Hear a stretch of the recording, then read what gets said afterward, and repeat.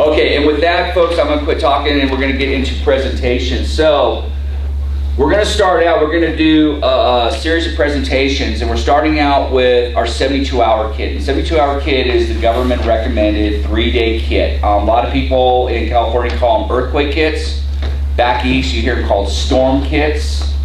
In the prepper community, they're referred to as 72-hour kits. And the concept behind a 72-hour kit is for the first 3 days of any emergency or disaster, you are generally on your own until relief organizations can come in and set up and start taking care of the general population.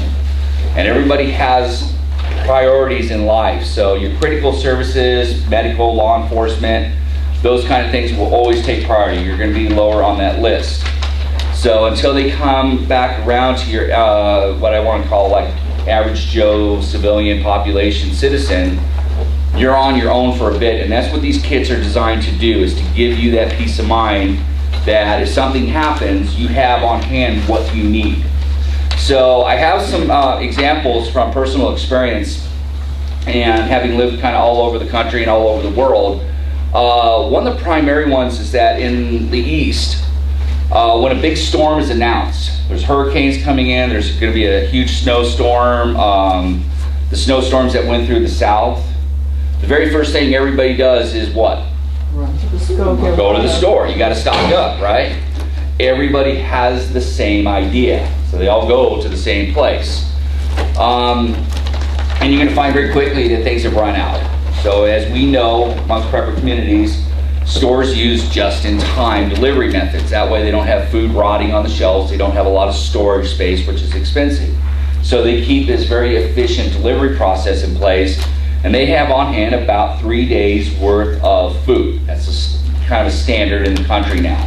So at any one time, you know that these trucks are constantly rolling in, keeping these stores restocked.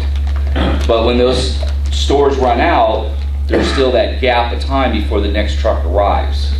So these kits give you peace of mind that if you didn't make it to the store in time, that if something were to happen and what you needed or what you wanted to buy wasn't already there, you would have that available. So what I did was, in order to put this together and show you the most basic example, is I took a completely civilian bag.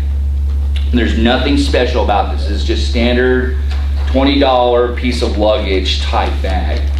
And what I have in here is probably literally no more than $20 worth of food and material and supplies to show you how cheap this can be.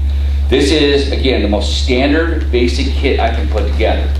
And there's two ways to do this. The first way is you can put it in a bag that's portable, and I'm going to talk to that in a minute. But the general way most people do this is they get just a box, a cardboard box, a storage container box, a plastic boxes you buy, and they'll build their kit, put everything in there, and set that aside. And it normally goes in a closet. So the idea is about every 6 months you revisit your kit. And the reason is you got food and water in here. You take out what you normally use, and then you replace it with fresh stuff. That way your kit's always staying rotated.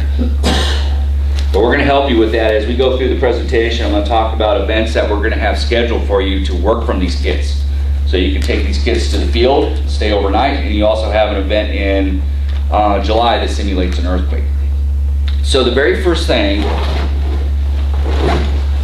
is a kit I made is portable. And the reason I made it portable was in case your house gets damaged in an earthquake. So we have more of a risk of earthquakes in northern Nevada than we have of any other normal natural disaster. Although wildfires can occur and other ice storms and big events, but generally earthquakes are your main concern here in this area. The other thing is that this kit can be pulled outside very quickly. So in the, I don't say it wrong, the Pure Loma earthquake? Loma Prieta. Loma Prieta earthquake, thank you. Loma Prieta. Loma Prieta. Okay, some say, all right. So a lot of people ended up having damage to their homes, structural damage. I'm seeing some smiles. People were involved with this earthquake? Yes, yes, yes, okay. So not everybody had the ability to stay in their homes because there was structural damage. So a lot of people found themselves camping in their own backyard, staying in storage sheds. A lot of stories about that. So if your home has been substantially damaged, and those of us in the construction trades or in the trades know how some of these homes were put together, it doesn't take much to bring one down. So if you have risk of going inside a home that's structurally unsound, you don't want to get hurt. So you're not going to go in and get your supplies back out. But if you have a kit that's portable, something you can grab that's easily accessible, then you have everything you need to camp out in your backyard. So first thing we always want to have on hand is water, especially in our northern Nevada environment. So this represents exactly 3 days worth of water, only for drinking and cooking. So these are 1 gallon jugs. They're cheap, they're $1. Okay. This is what your drinking source looks like for 3 days. Okay, that does not include cleaning though. So be aware, you're not going to wash up with this. This is strictly for drinking and for cooking. Okay, that's the water you need. That's the bare minimum. So a case of water you buy from Walmart, the small ones, that's exactly 3 gallons. That's exactly 3 gallons. And if you get the bigger bottles, it's 3.8 gallons. It's just a little bit more than 20 ounce bottle. So if you bought a case of water, you have what you need. These bricks are 3.5 gallons. 3.5 gallons.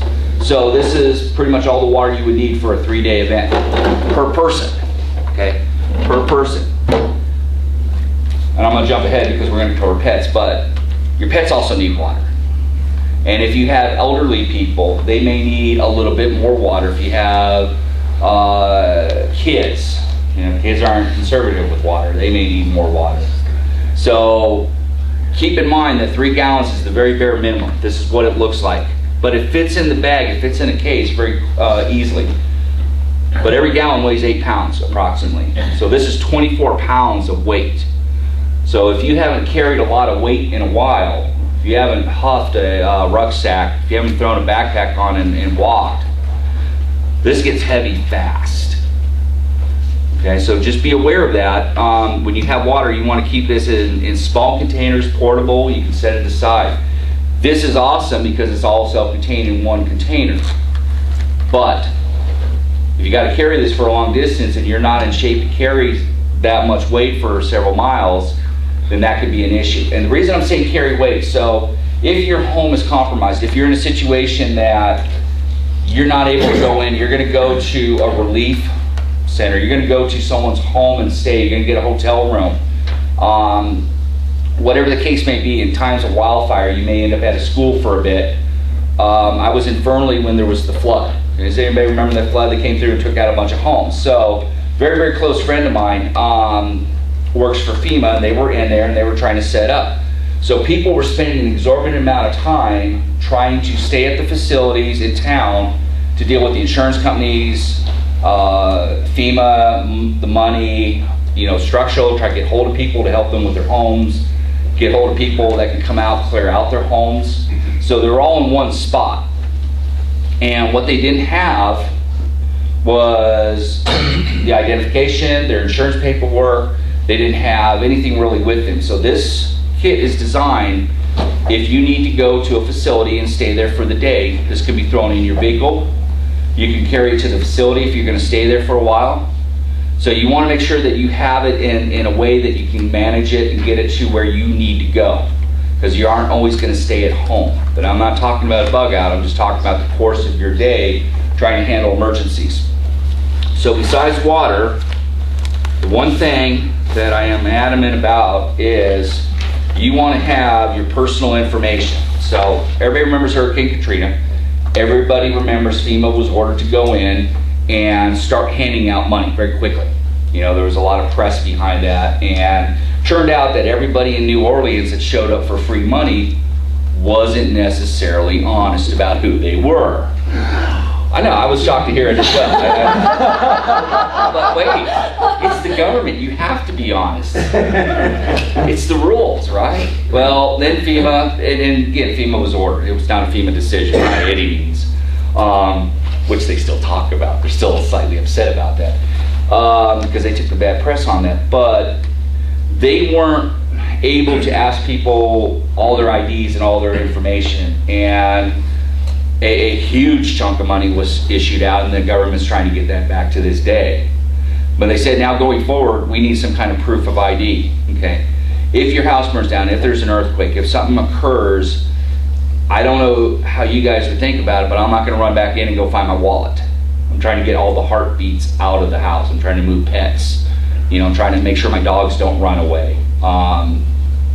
We have one dog that's kind of a special education dog.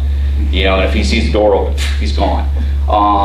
The other one's too fat to get far, so I got that one covered. Plus, that one knows where the ice cream's kept. But, so, there's a lot of things going on. What I'm going to suggest to you guys to do is make copies of your ID. If you have a passport, or you know, you obviously have a driver's license, your passport is clearly your best form of ID in the United States because of all the vetting that goes before you get issued a passport. So a copy of that is your best course of action. In an emergency, this is completely acceptable. Okay, this is absolutely completely acceptable. You notice I have a hard copy, and here's why I have a hard copy. If you do a thumb drive, there is no federal agency on the planet that's going to allow you to plug in your thumb drive into their government-issued computer. It's not going to happen. You might be the greatest guy in the world. They're not going to let you do it because it's too much risk.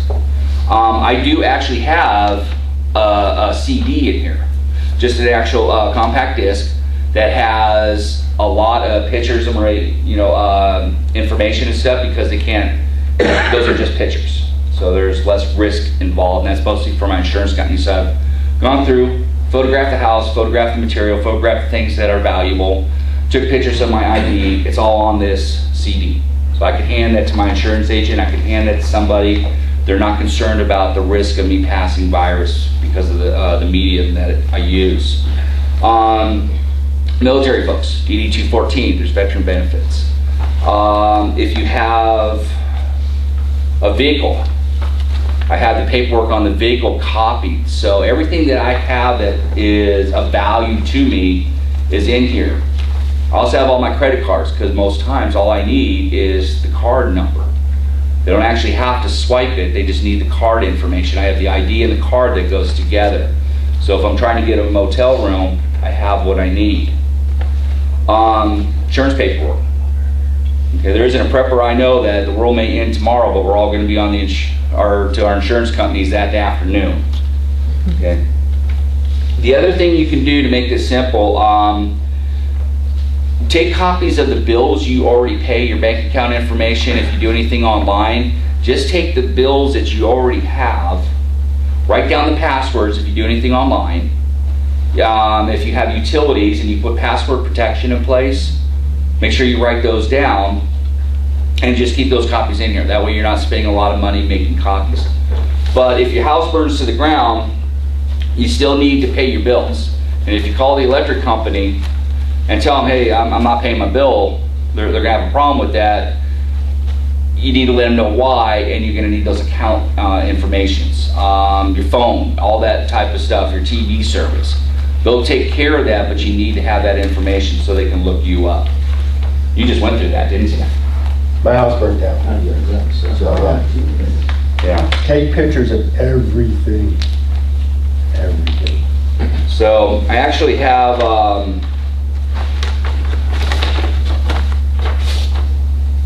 here's my disc. This is pictures of everything I own.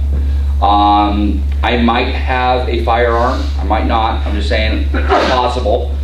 And I have the serial numbers on firearms on here. So I don't have my serial numbers memorized on all my firearms, but I have the pictures of all those serial numbers. So if anything ever showed up in law enforcement property, I can say absolutely emphatically, that's my firearm. Here's the proof of that. So I also have a home inventory. You can download these sheets off the internet for nothing. Shareware is easy to use. Just fill in your information. So I have a TV. Here's a serial number. You know, I have the refrigerator, washer, dryer. Here's the appliances. When you go through this, you start realizing how much stuff was in the house. This will take that away from you. So if you have a disaster, something's happening, your stress level is not going to be good. You got a lot of emotion going on all of a sudden, and it's easy to forget stuff. There is a lot of things that people don't think about, that because you see it every day. You know, couch. You know, and that may not be the first thing on your mind when your house burnt down. You don't have but the clothes on your back. You still need to go to work. Maybe something tragic happened with pets. So it's easier to hand this to your insurance agent and go, there you go.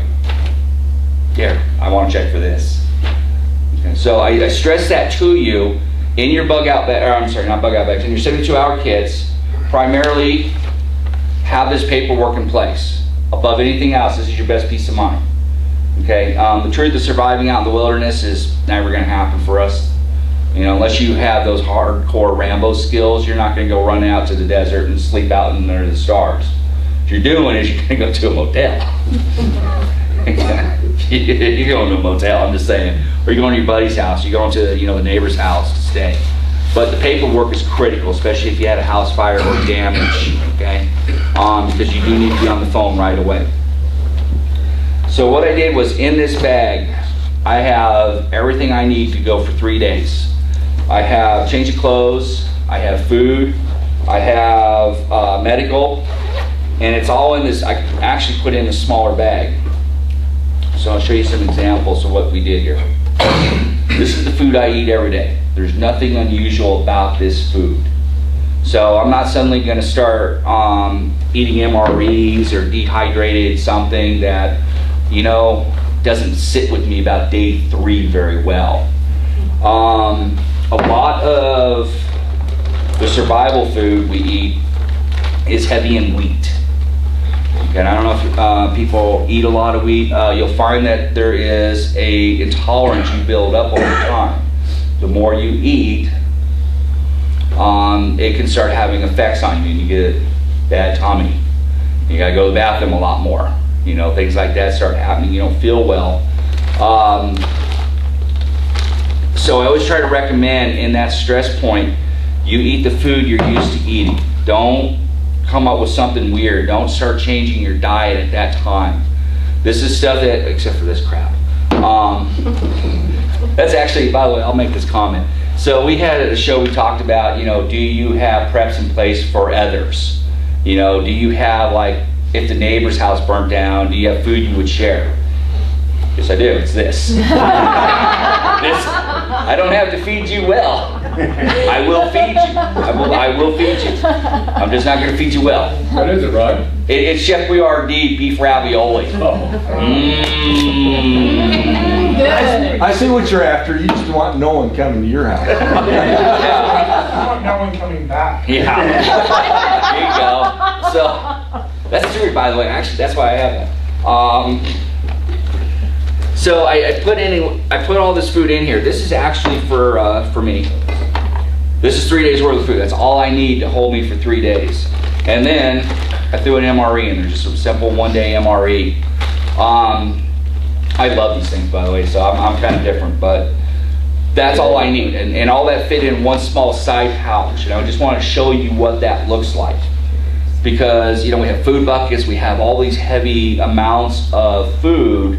It takes a lot of preparation. There's nothing here I actually have to prepare. I don't have to do anything to that. I open the can and I can eat. But anybody that's been in the military, how many military people here? Okay, so you probably have heard this term, hot chow. So when you're deployed, when you're in the field for a long period of time and you're eating out of the can, nothing better than a hot meal. Okay, it changes your mindset. So I don't know about that. I was in the Navy. You got a hot meal all the time. Shut up. So was I, but I was there on the ship. So these little stoves, this is how big it is. If you've never seen these, it's $7.95. And it's an easy way for you to heat up a can of something.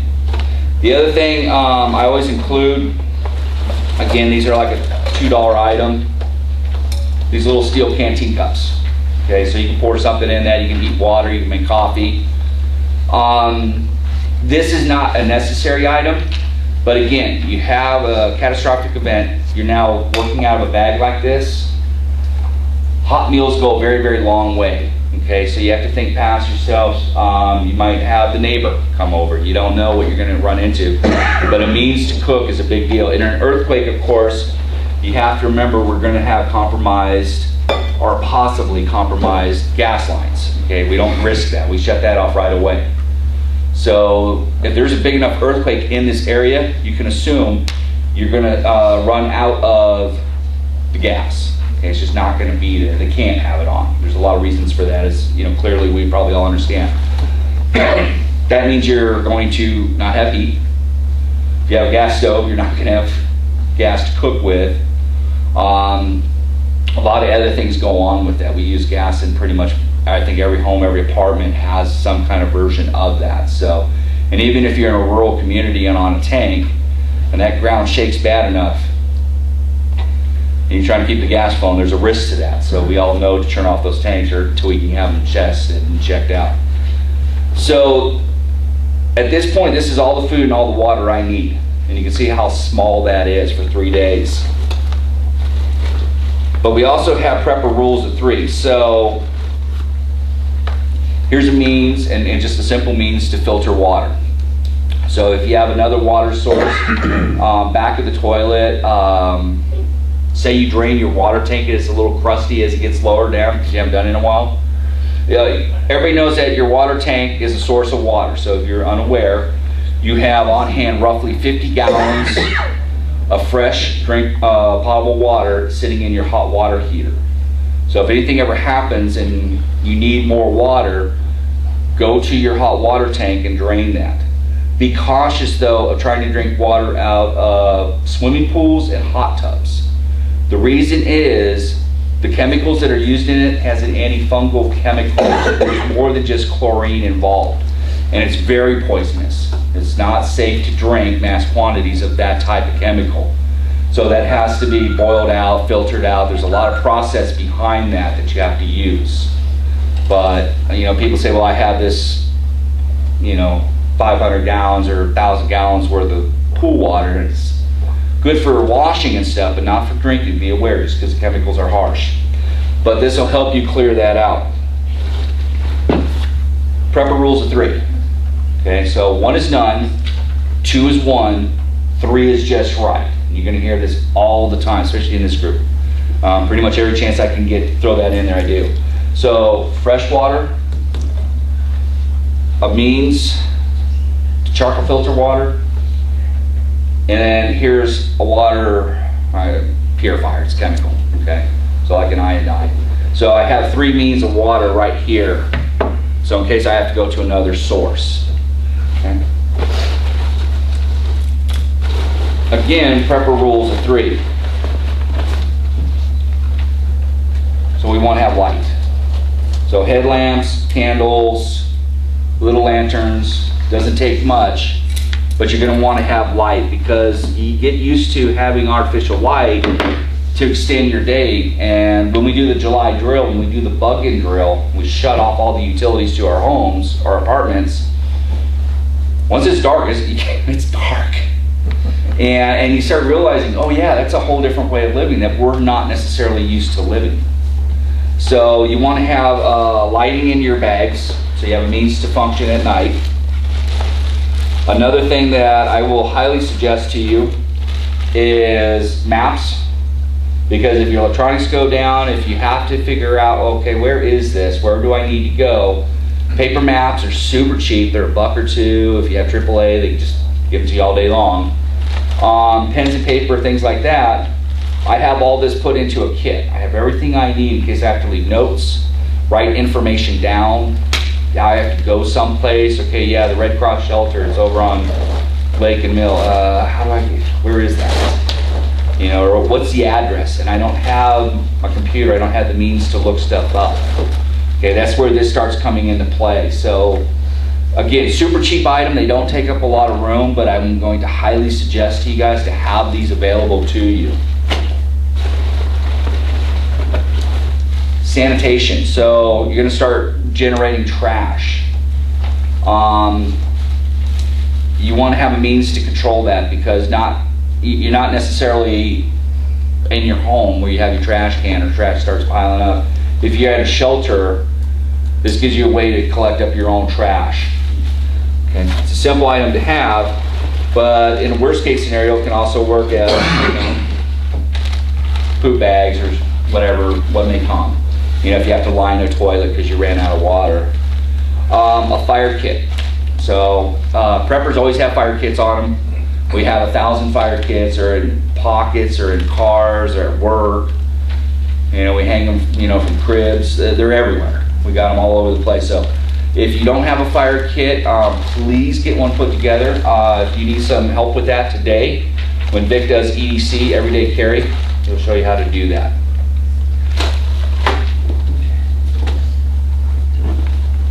So the other thing, those are your basics. Now include your medicine. So whatever your medicines may be, you want to have an extra little bit of that on hand. You only need 3 days worth. So whatever your normal meds are, have 3 days worth. Rotate those meds every 6 months. So when we do daylight savings and we change out the batteries and smoke alarms, this is a time where a lot of preppers will go and pull their kits and rotate meds and stuff, meds and food, okay? So if you start scheduling yourself, oh yeah, daylight savings, I need to do these things, this is when you start coming in here and getting those savings taken care of. Oh, and here's my other flashlight. So again, prepper rules of 3. There's always 3 of everything that's critical. So meds, lights, water, stuff like that. Add a first aid kit. Okay, so I got combat medic sitting here. Truthfully, in pretty much everything we've done medical wise, all I really need is a Band-Aid. You need a snivel kit. You just need little boo-boo pads.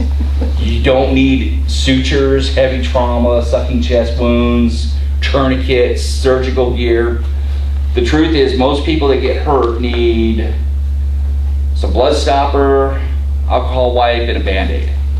That's about the extent. So think back over the last year, how much medical have you used? What did you pull out of your first aid kit? Was it Band-Aids or was it trauma kits? Trauma kits. Yeah. Ace bandages. Ace bandages. Jasmine's always spraining her ankles and stuff. Okay. Is there a shelf life on those instant ice packs? There is. 2 years. Oh. Off the top of my head, I believe it's 2 years. Know that your medical does expire, okay? So you want to look at your medical gear. There is expiration on a lot of the stuff that's in there, so ice packs don't last forever. Blood stoppers do not last forever, okay? So anything that's infused. Aspirin actually has a shelf life, so all this stuff has a shelf life. These little travel kits cost a couple bucks over at Walmart. They're super cheap, so it's toothbrush, toothpaste, razor, some deodorant. You can get these on the cheap. And then you have basically all your hygiene items. The other thing I'm gonna suggest to you, Yes. okay, highly suggest that you just pack toilet paper in your kit. The other thing is the hand wipes, the little hand sanitizer wipes. You can also get the, and these are in here too, like diaper wipes, okay? They're moist towelette wipes for potty time. I'm trying to be polite about this. But having been in the Army and in the field, a hand wipe is a nice thing to have. I'm just gonna say, because the last knucklehead that was in there used up all the toilet paper and things can get bad. So Unless there's Army toilet paper and then there's that toilet and then there's this good toilet paper, yeah. The John Wayne toilet paper is what we used to call it. It made a true grit and doesn't take any crap off anybody.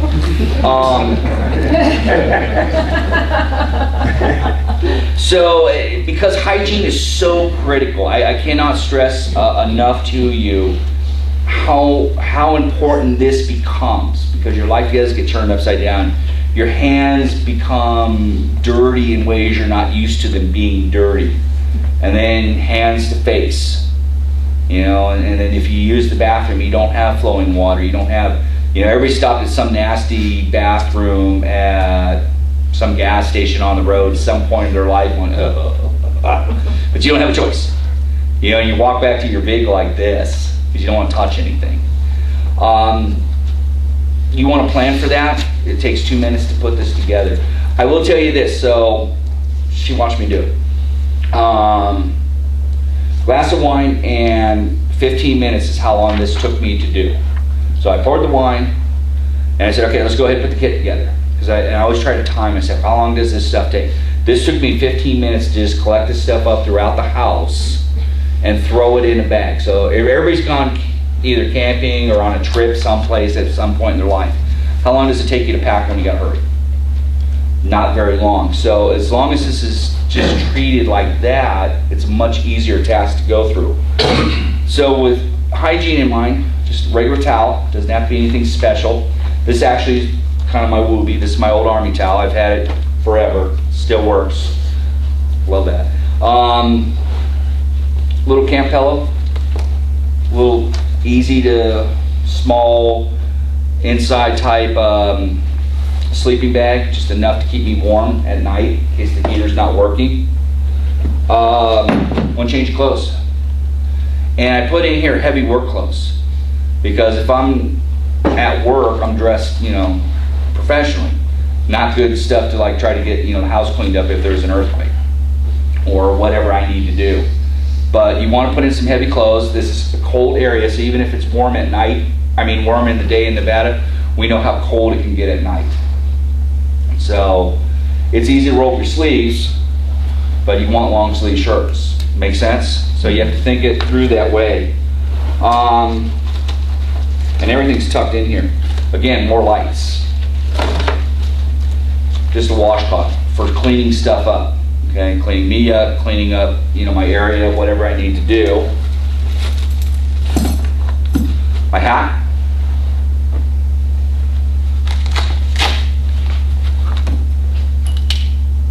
Simple tools, okay? Just so you have them available. And inclusive of this is a knife. So, prepper rules of 3. I keep everything in plastic bags, by the way, so they don't rust or ruin in case I get moisture leaks. Another knife. And then one more knife. Okay, because certain things are going to be critical. So we always know that you need knives, tools, those kind of things. These keep coming in handy, but as you dull a blade, knives become excessively dangerous. So I may start with the multi-tool knife and then eventually go to another cheap knife. And then maybe finally I'll go to a knife like this, depending on what my task is, depending on what I'm using. But if you don't have the means to sharpen your stuff, you want to have a backup. Or a knife breaks because you're going to be using it in unusual ways. You're going to be using your tools differently than you normally would in a regular everyday event. By the way, I always have like little camp stuff in here to eat with. Socks and underwear. So I put in the good wool type socks. So this I actually spent a little bit of money on and it's worth the price. If you're going to have that kind of environment, that you're going to have these kind of events, you kind of want to have good gear. Okay, now this is stuff I already own. So for me, putting this together is no cost. This is stuff I already have. Simple pair of work gloves. These don't have to be anything special, but earthquake event, fire event, something, you're going to be exposed to danger. You're going to be picking up wood, splintered wood, nails, you know, a lot of stuff that you don't want to be around.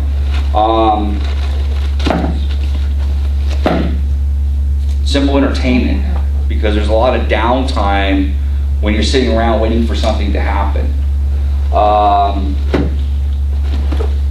So I just grabbed a couple quick books.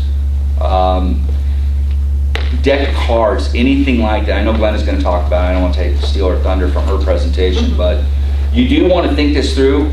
Sitting in a Red Cross shelter for 4 hours, hoping that you'll be the next one called. You know, if we go to the DMV, you know, take away your phone and go to the DMV. Yeah. I'm looking at the Constitution and stuff like that.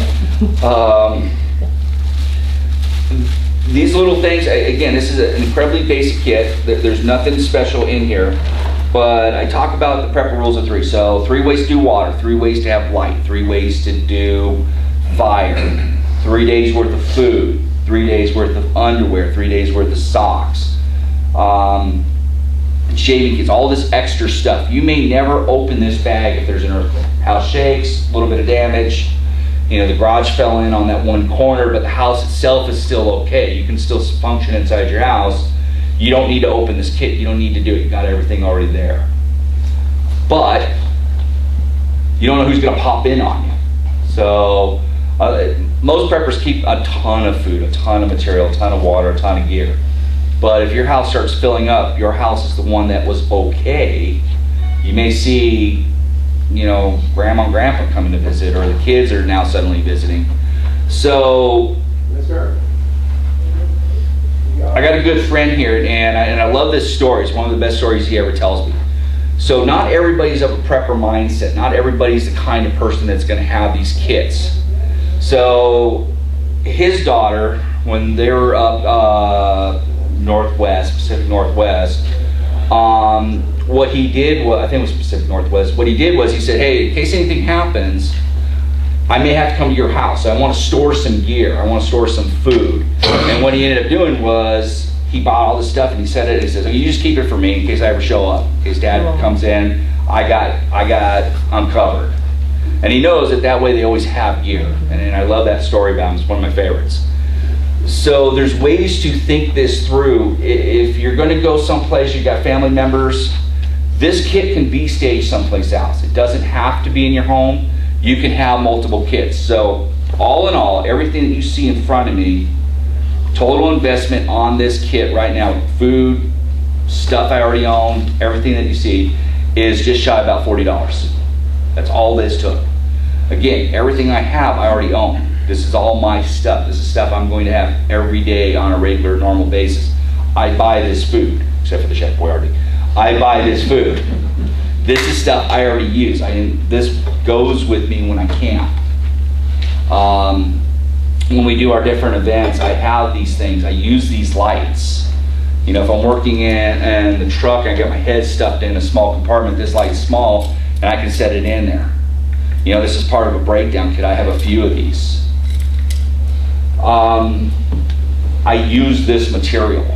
So there's really, for me, not a whole lot of cost in this. I wanted to show it to you in this format because it's when you see it spread out, you see how much gear is here, and we start compressing it back down into a simple cardboard box. It does not have to be anything special. So in the prepper community, you're going to see some beautiful examples of some high-end, top-shelf type high-tech gear. Best of the backpacks, best of the equipment, best of the stuff. It doesn't have to be that much for a 3-day kit. And when we start talking about bug out bags, we start talking about kit home bags, we start talking about gear that will ultimately save your life on a road type environment, then money becomes, it's worth the money. This is stuff to keep you at home and keep you safe. Jerry brought his. So if you look at his situation, if you don't know Jerry, Jerry's this awesome guy that pretty much knows everything, and he's my library source, but he also has a cane. And Jerry and I have been out together in the field, and what it takes me that long to do, takes Jerry a half hour to do. Jerry doesn't want my help. That's how long, you know, it's just going to be, and we're okay with that. When we hiked our gear, Jerry had his game cart because Jerry's not going to throw a 40-pound rucksack on his back and start humping that down the trail with me. It's just not going to happen. So his situation is uniquely different, and what he ended up doing was organizing himself into this. So you got a bum leg right now. You're going to throw a rucksack on and go? Nah. But if you had a cart, a wheelbarrow, a game cart, a dolly, you could throw this, you could throw your box on it, and you can get out the door. So I'm healthy today, but I take a header, I bust my leg up, so I'm not healthy, and, well, you know, luck of the Irish, guess when the fire's going to happen? You know, guess when the earthquake's coming? So you want to think that through, have that plan in place a little bit. So that's a great example. That's a cheap, easy way. Well, that's not cheap, but you spent gift, so. yeah, for him it was a gift, so it was cheap on him.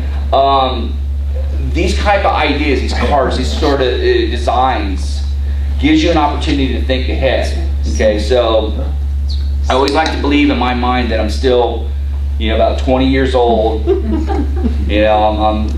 jumping out of helicopters for the Army. I can go 20 miles with a rucksack. I can do the 100-mile road march in Holland. I can do all that. Turns out, I can't. I'm wrong. It's not there anymore. I thought it was, and it wasn't. I got surprised. I can't do it. I still think I can, and I can't. And or I can go 10 miles, and then the next day I can't walk for a week. So have these things in your mind. You want to keep your gear light. You want to keep your gear portable. You want to have that kind of mindset ready to go in case you have to move out. If you have to haul stuff around, you got to make it easy on yourself. Again, your stress level's high. You got a lot going on. You got phone calls to make. And in having that information at your fingertips is priceless. Going back in a house that burnt down and trying to find your policy number is not going to happen. So with that, I'm going to go ahead and move this stuff out of the way.